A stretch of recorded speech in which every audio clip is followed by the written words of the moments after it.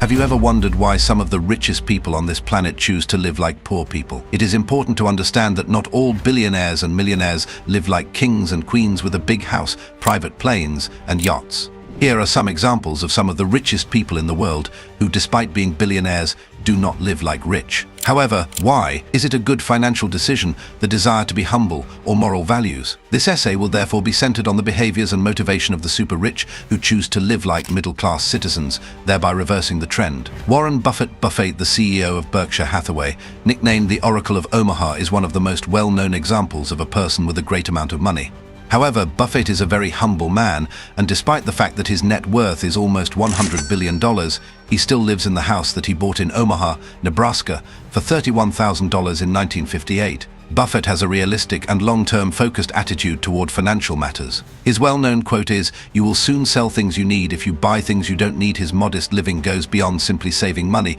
It also emphasizes placing investments above worldly belongings. Buffett doesn't indulge in fancy cars and instead prefers to drive himself to work. He even frequently gets breakfast at neighborhood fast food restaurants like McDonald's, frequently ordering anything for less than $4. What is more, Buffett consciously decided to lead a frugal life that is in harmony according to his principles, even though it might appear that he spends a lot of money for a man of his status. Ingvar Kamprad, the late Ingvar Kamprad, the founder of IKEA, was another extremely rich man who decided to become a pauper.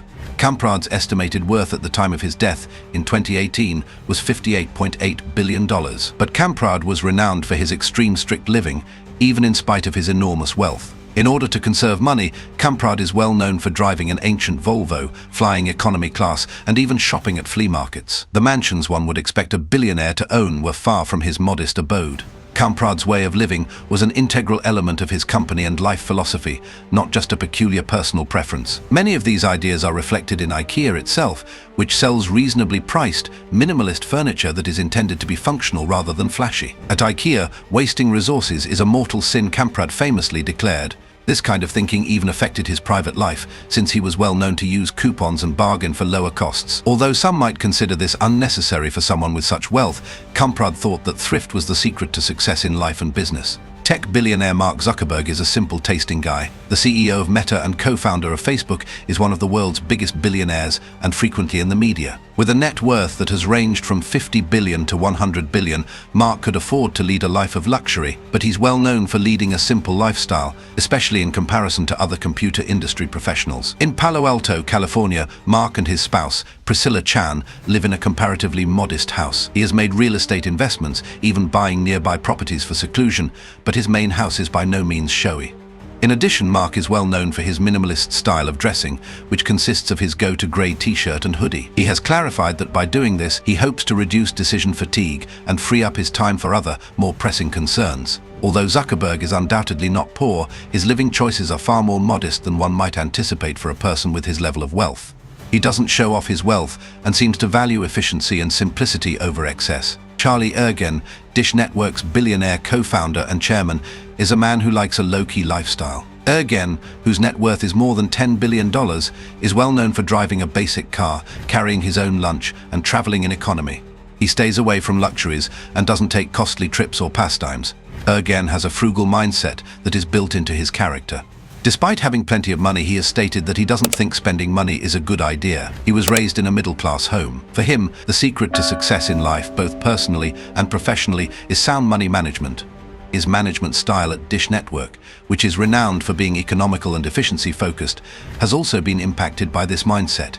The story of Ergen is a good example of the fact that material success does not necessarily lead to moral transformation. Despite the fact that he is a billionaire, he has not left working his ethics and the modest approach that made him a billionaire. Amancio Ortega, the modest fashion designer, the man behind the fashion business of Zara, he has made more than $70 billion, making him one of the richest men in the world indeed. For a man of his status, Ortega is very humble and lives a very basic lifestyle, despite being a fashion tycoon. Ortega is a very shy man and hardly ever goes out in public. He is very much a man of simple means and a quiet nature. For example, Ortega is rather simple for a person who works in the sphere of fashion and has an unpretentious way of life. He is formally dressed the majority of the time. He wears a grey trouser, a white shirt, and a blue blazer. He does not attend the glamorous events that are frequently associated with the fashion industry and does not wear expensive clothes. Ortega owns several properties worldwide, but he also resides in a somewhat small apartment in La Coruña, Spain. His taste for minimalism also permeates his professional life. Even at his own organization, he maintains a low profile and has lunch with his staff in the cafeteria. To Ortega, being wealthy is about being able to live a moral life and being loyal to his roots. It's not about flaunting his riches. David Cheriton, a scholar who became a wealthy professor of computer science at Stanford University. David Cheriton is a self-made billionaire because of his early investment in Google. But the people may not be familiar with his name. Cheriton remains to live a middle-class academic life, even though he has accumulated a lot of wealth. Cheriton is well known for shaving his own hair and driving an outdated Honda Accord in order to save money. He has also referred to himself as a not a big money spender and lives in a small house in Palo Alto. He has also said that he does not feel the necessity of changing the way he lives, even though he has to do so. Cheriton believes that security and the capacity to carry out his passions, which include teaching and research, are more important than acquiring worldly goods. The notion that having money need not alter one's identity is emphasized by Cheriton's experience. Despite the fact that he is a billionaire now, he remains rather unpretentious in his personal life and focuses on his education. Chuck Feeney, the multi-billionaire who left everything behind. Chuck Feeney is especially special because of his extreme philanthropy, despite the fact that most of the individuals listed here are known to be quite miserly. Feeney, co-founder of duty-free shoppers, made his billion-dollar wealth, and nearly all of it he chose to give away. He currently rents a modest apartment and has donated more than $8 billion to good causes. According to Feeney, money should be shared rather than hoarded. He has stated that he wishes to see the effects of giving away his wealth while he is still living. Feeney has always traveled in economy class and shied away from luxury, living a simple life despite his great riches. His intention was always to use his wealth to benefit people rather than to amass material belongings. Feeney's life is a potent illustration of how money can be utilized for good and how a modest lifestyle can be in line with more significant objectives. His tale serves as a reminder that genuine riches are about using money to change the world, not just keeping it.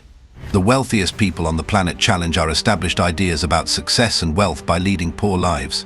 While it's easy to mistake financial prosperity for luxury, these people show that choosing to live simply can be motivated by a variety of factors, including strategy, practicality, and personal convictions. These billionaires demonstrate that being wealthy should not alter a person's identity, whether it is through Chuck Feeney's charitable endeavors, Ingvar Kamprad's dedication to modest living, or Warren Buffett's smart investing choices. For them, the real worth of money is found in its ability to create, preserve, and return value, rather than in what it can purchase.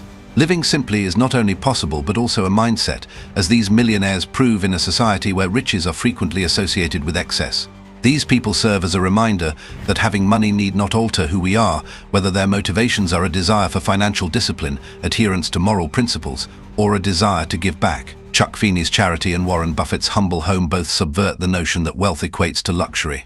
Rather, they demonstrate that real success comes from the use of your resources rather than the amount of attention you pay to them.